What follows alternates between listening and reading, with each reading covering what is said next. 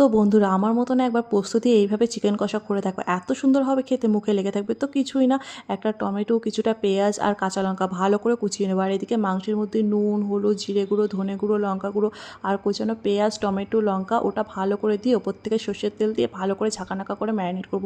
যত ম্যারিনেট করবে তত ভালো টেস্ট হবে। ম্যারিনেট করা হয়ে গেলে আমি কড়াইয়ে তেল দেবো। তেল দেওয়ার পরে গোটা গরম মশলা আর শুকনো লঙ্কা দিয়ে দেবো।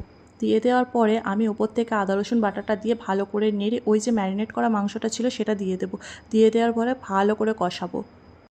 অল্প অল্প করে কষাবে আর পানি দেবে। পানি দেওয়ার পরে আবারও কষিয়ে নেবে।